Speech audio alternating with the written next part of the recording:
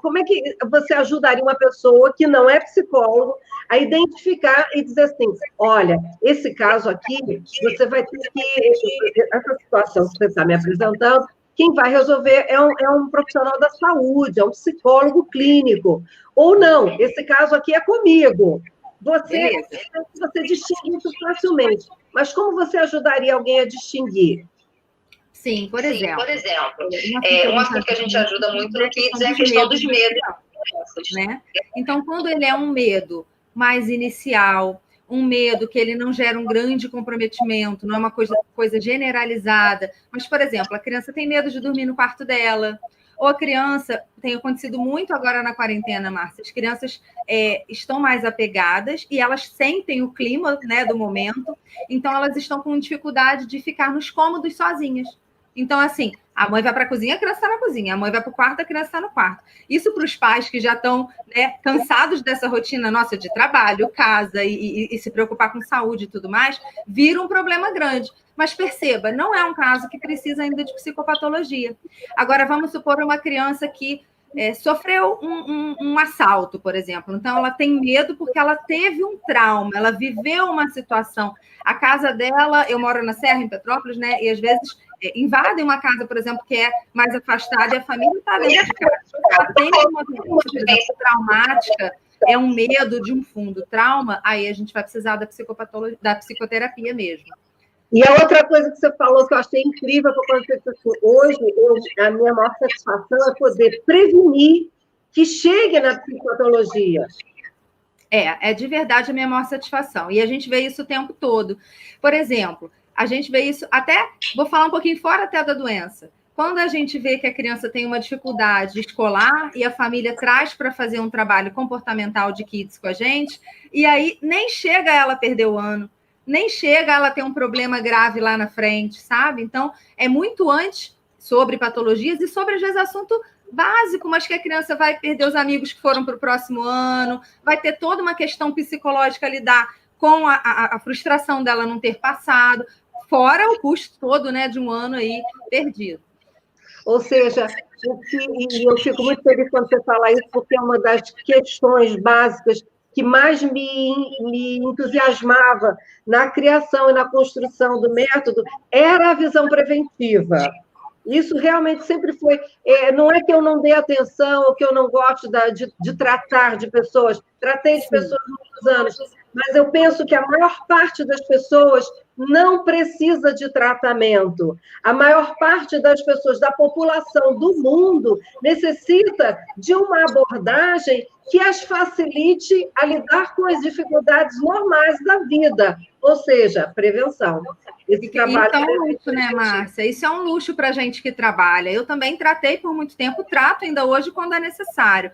Mas é um luxo, porque, assim, de certo modo, e eu falo porque eu trabalho com isso todo dia, é uma luta, né? É uma bandeira minha, a psicologia, mas por muito tempo, infelizmente, a psicologia ficou voltada mais para a doença. Então, a gente precisa também de um braço preventivo. Por exemplo, agora na quarentena, as crianças com o ensino à distância, a gente pega agora no inicinho, os pais trazem porque a criança está mordendo o lápis, está mordendo a beirada da blusa.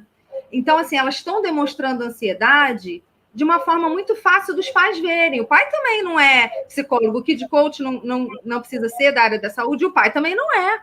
Mas ele consegue trazer e falar, Deise, meu filho não está legal, meu filho não está ficando no cômodo sozinho, meu filho está mordendo a camisa. Ele não fazia isso na escola, ele não fazia isso em casa.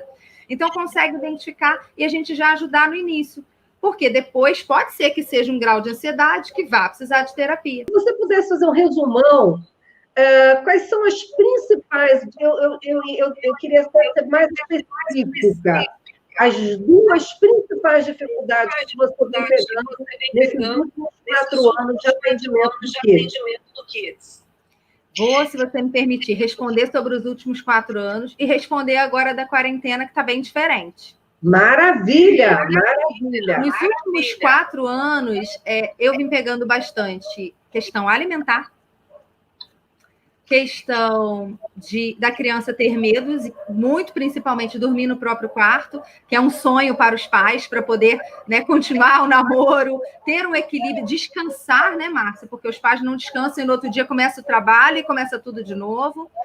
E a questão escolar também, notas, aproveitamento, interesse pelos estudos de maneira geral. Então, a gente tem um apanhado geral de que as principais dificuldades que os pais vêm procurando você são 3: alimentação, a questão dos medos, especificamente o medo de dormir na própria cama, no próprio quartinho, sim, e a questão que você falou de desempenho escolar, é isso? Desempenho escolar. E isso tudo, muitas vezes os pais trazem, parecido com o que você fez a chamada para o pessoal vir para a nossa live hoje, que é a questão das rotinas. Então, aparece uma reclamação das rotinas, mas geralmente ou a criança não come bem, ou ela não dorme bem, ou ela não estuda bem, né? Que é a rotina da criança. Eu vou querer saber, sim, agora da quarentena. Guarda para mim isso aí, que eu quero já ouvir sobre isso. Guarda, mas o que não. É o seguinte, diante do quadro, vamos pegar um quadro específico, que é o quadro de alimentação. Normalmente, qual é a abordagem ineficaz que os pais costumeiramente têm? A mesma coisa eu queria que você me dissesse. Quais são as atitudes que o pai e a mãe não fazem de propósito, não, viu, pessoal? Aí a mãe vai tentando, de um jeito ou do outro, resolver a situação. Só que nem sempre tem ações eficazes. Então, eu queria saber da Deise, que tem bastante prática, quais têm sido, normalmente, o que você ouve que faz assim? Eu já fiz isso, eu já fiz isso, eu já fiz isso para alimentação. Eu já fiz isso para o desempenho escolar e para a questão dos medos. Se você puder... O que não funciona, e que é uma palavra que permeia os 3, forçar. Forçar é uma coisa que acho que todo pai que o filho não come já tentou. Por quê, né, Márcia? Como você falou, a intenção do pai é a melhor. E o pai pensa assim, gente, se eu não fizer a criança comer, que apoio eu sou para a vida dela, né? Então, é função do pai fazer a criança comer. E aí a gente vê que não come, a gente força, porque vê que não está comendo aquele alimento que é importante, não está tendo nutriente suficiente, ou não está comendo quantidade, né? Os pais são muito preocupados com quantidade também, e aí força, é uma das questões. Outra coisa é o contrário, é deixar correr solto, porque chega uma hora que vai nessa linha do que já testou tudo, ou acha que a criança vai em determinado momento, isso é uma fase, então ela vai fazer uma mudança por si só, o que não acontece. Ela não vai fazer uma mudança por si só. Com 4 anos, ela decidiu comer um legume e uma verdura que ela nunca tinha comido antes. Isso inexiste, né? Seria ótimo, mas não é real. Então, essas 2 coisas são bem fortes na alimentação, porque tem crianças que vomitam nesse forçar, né? Tem uma reação aí que ela é bastante assim, agressiva para os pais. Ou a criança hoje simplesmente levanta da mesa e sai, ela não fica mais, né? A gente está em outra geração. Como é que seria na nossa geração se a gente fosse levantar da mesa? Seria muito diferente. Hoje em dia a criança não fica, simplesmente ela não fica, se você não tiver uma parceria, uma autoridade legal ali com ela. No dormir. Mas eu já estou muito satisfeita com o que você me disse até aqui. Você colocou, assim, dentro de uma percepção muito bacana, Deise, que é assim, forçar, não funciona, e deixar para lá, não funciona. Ou seja, são as atitudes que me parecem são triviais. Quando a gente diz assim, parece assim, uma coisa seca, a gente falando aqui na live, o pai forçou. A gente não está julgando o pai, não, viu, gente? A gente sabe que é a atitude do desespero. Quem nunca? Quem nunca? Eu ia falar isso agora, até porque somos pais e mães por aqui. Quem nunca forçou uma comida, quem nunca forçou dormir no quarto sozinho, quem nunca forçou estudar, quem nunca? A dúvida do pai, né, Márcia? A dúvida do pai é, devo ou não insistir, né? Agora é a hora que eu insisto ou agora é a hora que eu desisto? É uma eterna dúvida dos pais. E a gente sabe, e a Deise está aqui trazendo com muita clareza, que efetivamente isso é ineficaz. Isso não funciona. O oposto. Ai, meu Deus do céu, vocês ficam falando assim que o pai deixou para lá. O pai não deixou para lá assim propositadamente. Eu vou deixar para lá porque eu odeio meu filho. Não é nada disso. Ele deixa para lá também porque ele não aguenta mais. Vamos entender, pai e mãe. Hein? Fica esgotado. Esgotado, já está num estado de esgotamento, às vezes físico, emocional. Então, tem um esgotamento. Então, eu vou deixar para lá porque eu não estou nem aí para o meu filho. Não é nada disso, gente. Vamos sair desses conceitos de que pai está fazendo uma maldade para o filho. Não é isso. é aquela coisa que você não tem mais controle até sobre as suas próprias emoções. Ou seja, ainda que seja assim, não funciona, é ineficaz. Não funciona. Aí, nesse outro, na questão do dormir, tem um meio termo que é o quê? Eu nem deixo para lá e nem forço, aí eu dou um jeitinho e vou dormir na cama dele, ou ele vem dormir na minha cama, né? O que parece que funciona por um tempo. Esses são os mais perigosos, o que parece que funciona. E aí, quando você olha para o lado, às vezes o marido não está mais, quando você olha para o lado, a esposa está esgotada, né? A criança, às vezes, está numa deturpação de papel, então ela começa... Porque, veja, se ela dorme na cama do casal, ela pode fazer qualquer coisa, na cabecinha do pequenininho, isso vai tomando um tamanho gigante, né? A gente observa, às vezes, chega na sessão, né, Márcia? A criança não deixa nem os pais falarem, porque ela está sendo o reizinho do pedaço ali. Também não porque ela é uma criança ruim ou terrível ou nada disso. É o desenho que as coisas foram tomando invertido. O contorno invertido. E aí, você falando agora do dormir, que é o meio termo, nossa, isso ainda abriu um outro leque aqui na minha cabeça que eu gostaria que você explorasse. Tem o meio termo também na situação do estudo, que é o pai e a mãe fazer pela criança, não tem não, Deise? Tem. Ai, Márcio, não toca nesse assunto, que aí eu já vou ter que falar desse momento que a gente está vivendo, e como diz você, pode ter alguém que não goste, mas eu trouxe um ponto aqui para falar para vocês, e aí eu já vou aproveitar para trazer ele agora, que é o quê? A gente manter os valores, manter os nossos valores, flexibilizar, mas sem perder o valor, gente. O que a gente tem visto, Márcia? Os pais fazendo tarefa para os filhos. Assim, isso acontecia antes, acontecia, mas é que agora está num grau muito doido, porque a gente não sabe se a criança que está acompanhando a EAD ela vai passar de ano, se não vai ter isso, se ano que vem vai ser meio ano misto, ninguém sabe de nada. E aí, para garantir, eu prefiro fazer. E isso é muito ruim, porque a gente passa os piores valores, sendo que a gente queria passar os melhores. Qual o valor que a gente queria passar? O interesse pelo estudo, que o estudo é importante, que o aprendizado é importante, a gente acaba passando totalmente o contrário. Isso acontece, que é o meio termo, e a gente entende a angústia dos pais, a gente acolhe muito, né? Eu sou uma mãe que estou alfabetizando em casa, então sei o que é, né? E é muito angustiante, mas na dúvida...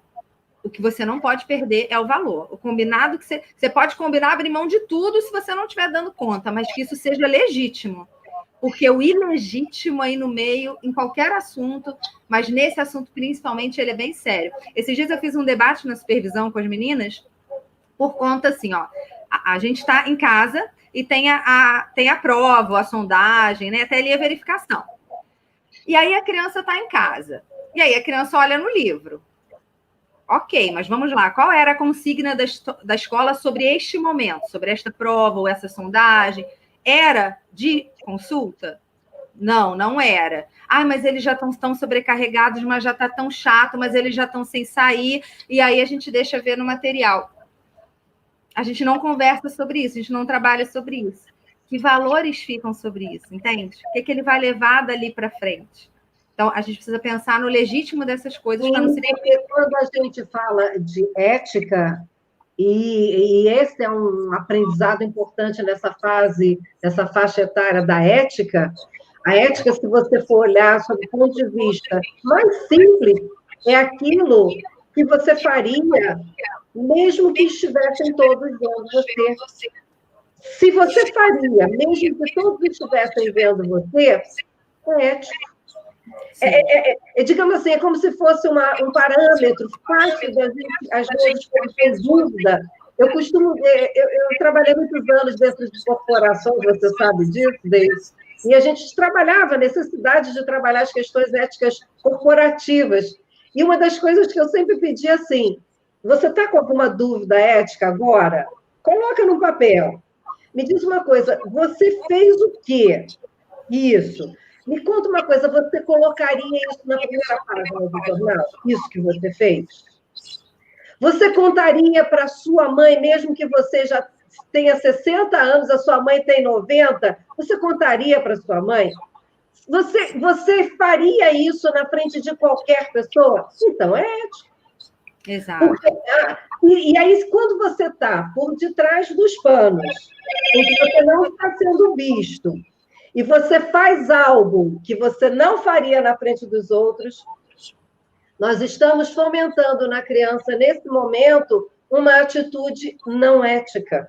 E nós não damos conta, né? Nós não fazemos isso com a intenção de criar uma criança não ética. Nós não percebemos que estamos fazendo isso. E a gente, nesse debate, só para fechar nesse debate, assim, a gente foi muito coração aberto, cada uma falando, né, o que faria com o filho, tem certo ou errado, não se preocupar com isso, não. Mas a gente trazendo uma lupa, uma lanterna, botando uma reflexão, esse momento é muito novo para a gente. Muito claro para a gente, se alguém perguntasse se seu filho cola na sala, não falaria não. Vocês não percebem o que é. Você está novo, gente. Permita sobre isso. Mas abre o olho, troque com as pessoas, troque com um profissional de confiança, troque com seu amigo. Mas assim, se permita ver coisas podem até errar, mas é importante olhar para as questões, porque a gente está construindo esse momento com os nossos filhos. Esse momento é a questão. Você quer acrescentar ainda mais alguma coisa do que está acontecendo na pandemia? Porque eu acho que você já começou a tangenciar e foi bem legal. Vou citar, porque são fatos, os assuntos, todo mundo sabe que é assunto comum, que são assuntos que a gente está aprendendo muito na pandemia, por exemplo, desfraude, desmame. Como as pessoas estão em casa, elas também estão aproveitando esse momento legal, das coisas boas também que a gente está conseguindo fazer nesse momento. E também, Márcia, como a gente está muito mais sobrecarregado, porque está em casa sem ajudante e tudo mais, as mães precisam se vivenciar, né? Então, fazer o desfraude, fazer o desmame, para elas poderem ter um tempo para elas organizar a rotina de outra forma. A questão dos medos tem aumentado muito, né? Eu já trouxe alguns exemplos aqui, a questão dos medos das crianças, das ansiedades. Choro fácil, assim, choro meio que sem motivo, uma irritabilidade, a criança acaba verbalizando como um tédio, ou uma saudade da escola. Cada criança traz isso, mas eu diria que é uma sensibilidade aflorada, não é birra. É como se ela fosse mais infantil, mais sensível. Isso tem acontecido bastante, a gente tem precisado ajudar. Nossa, muito bacana, Deise. E aí a gente já viu as coisas que não vão funcionar na rotina. E na pandemia, frente a esse choro sensível, frente a esses medos, o que você vê que os pais às vezes fazem e que não funciona? Porque daqui a pouco o nosso próximo bloco é assim. E você, Deise, o que você propõe que poderia funcionar mais e melhor? E nós duas vamos propor algumas coisas aqui. Legal, legal. Assim, não funciona não se ouvir, sabe? Tipo, ficar repetindo, porque o que acontece? Gente, as crianças também não é só os pais que estão esgotados, a criança está esgotada, porque ela fica em casa o dia todo fazendo coisas que para a gente não deveria e para ela deveria. Então, a gente está o tempo todo dando ordem, Márcia. Não faz aqui, não sobe ali, vai lá, vem cá, faça isso. Então, também há um esgotamento. E, às vezes, fica repetindo isso sem autoridade. Então, o que não tem funcionado, e a gente tem visto o tempo todo? Repetir sem autoridade. Agora, o que vale a pena? Você repetir, né? Criança precisa de repetição, sim, mas se você tem uma consciência, você não está na tentativa e erro, você está repetindo com uma consciência, após ter ouvido a criança. Então, a escuta genuína é o que mais funciona nesse momento. E sabe o que fica engraçado desse momento? A gente escuta a criança um pouquinho, eles demandam muita atenção. Mas você escuta eles um pouquinho, dá um pouco de atenção, ele já pipoca feliz pro lado. A resposta deles tem sido muito rápida. Porque acho que, né? Porque a gente está mais próximo, eu sei que nem todo mundo está em casa, eu também já estou atuando na rua direto, meu marido trabalhou o tempo todo, mas de alguma forma a gente está mais próximo. E a criança sente isso. Então, ela tem a segurança da proximidade, mas a demanda de atenção é grande, mas se você der atenção, o retorno deles é rápido. Muito bacana isso, assim, a questão da atenção, e a atenção, gente, não é obrigatoriamente você levar horas com a criança, é a qualidade do tempo que você fica com essa criança e a qualidade do diálogo com essa criança. Então, o método o tempo todo, a gente ensinando o método o tempo todo, é a fazer boas perguntas e a escutar as respostas. O que mais funcionaria diante da situação de pandemia? Ou então até de outras situações que a gente mencionou, que é o medo de dormir sozinho, o medo a questão da escola e a questão da alimentação. Márcia, inclusive, pegando esse gancho, os pais falarem o que funciona, se permitir errar, se permitir dizer não sei, para que o filho também veja que ele pode errar. A gente está num momento de pressão muito grande, cada um com seus assuntos, né? Os pais em prover, né, em cuidar, a criança em estudar, ou em não estudar e se sentir A ou B por isso. Se permitir errar é muito importante nesse momento. Vejo isso de verdade. E aí, o que é o extremo disso? É perder o controle totalmente. Então, se permitir errar é uma coisa, isso funciona. Não poder perder o controle é uma coisa importante, porque senão a criança perde, você perde junto. Perder o controle totalmente não funciona. E o que fica aqui no meio? É o esticar. Eu falo com os clientes, sabe o que é o esticar? É você ver que a situação está estressante e você vai esticando. Às vezes você sabe que está esticando, mas você está na correria do dia a dia ali e não percebe. E às vezes você não tem nem consciência que você está esticando. Por exemplo, a criança está te pedindo atenção e você está ali tendo que focar sobre o trabalho, e aí você fica naquele comportamento repetitivo que não está funcionando e vai esticando a situação. E a hora que você explode, você explode. Você não consegue inserir esse diálogo de qualidade. A Andréia Quirino, fotografia, escreveu aqui assim, é tão difícil não fazer a resposta pronta para os filhos, porque isso otimiza tempo. Nós estamos sempre atrasados, apressados. Andréia, responder rápido não otimiza tempo. Porque como você não gera aprendizado, você vai ter que fazer de novo e de novo e de novo.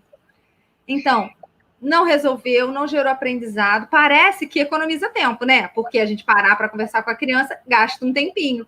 Mas é o melhor investimento que você pode fazer. Porque senão não gera aprendizado, você vai fazer 50 mil vezes.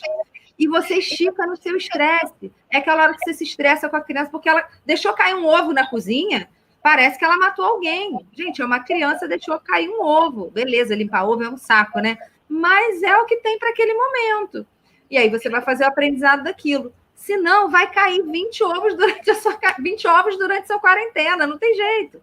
Porque, exatamente, pessoal, a gente tende a achar que a gente ganha tempo. O que costuma acontecer quando a gente resolve, e aí eu vou fazer as citações aqui, quando você faz o dever pela criança, quando você diz para ele e que é assim, tem que ser, acabou, quando você fica nesse estica que a Deise está mencionando, você fica esticando, que é você falar, repetir de uma maneira, você só vai esticando a sua raiva, num dado momento você explode.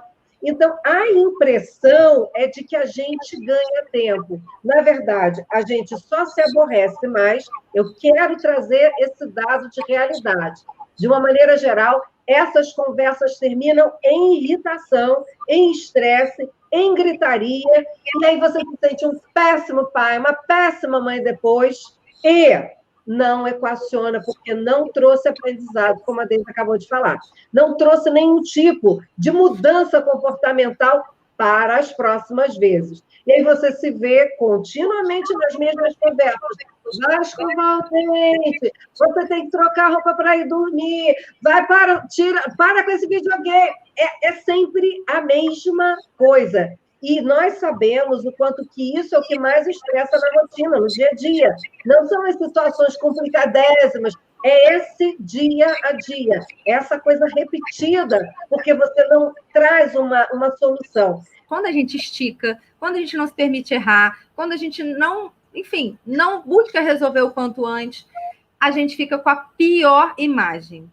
Primeiro, nossa, de pais incompetentes, pais que não estão atendendo, enfim, pais que não sabem lidar com seus próprios filhos. Eu já atendi uma mãe que falou, eu vim indicada, que todo mundo diz que você ajuda todo mundo, eu sou o primeiro caso que você não vai conseguir ajudar. E eu falei, por quê? Ela falou, porque eu não gostei de ser mãe. Como é que faz para resolver esse ponto? Tipo, não é o meu filho, eu amo meu filho, mas eu não gostei de ser mãe. Como é que resolve isso? E eu consegui ajudá-la a resolver com o Kids Coach, né? Então, não era exatamente isso, era como ela olhava para isso por conta dessas coisas negativas. E a gente também olha para o filho, Márcia. Eu tenho visto nesse momento da quarentena os pais fazerem a pior imagem dos filhos. Porque aí o filho demanda muito, o filho não quer estudar, o filho é chato, o filho reclama o tempo todo, e aí deixa no eletrônico, sabe? Então, assim, cuidar agora que a gente pode preventivamente, que eu acho que é muito essa missão do Kids, preventivamente, para que a gente não fique com a pior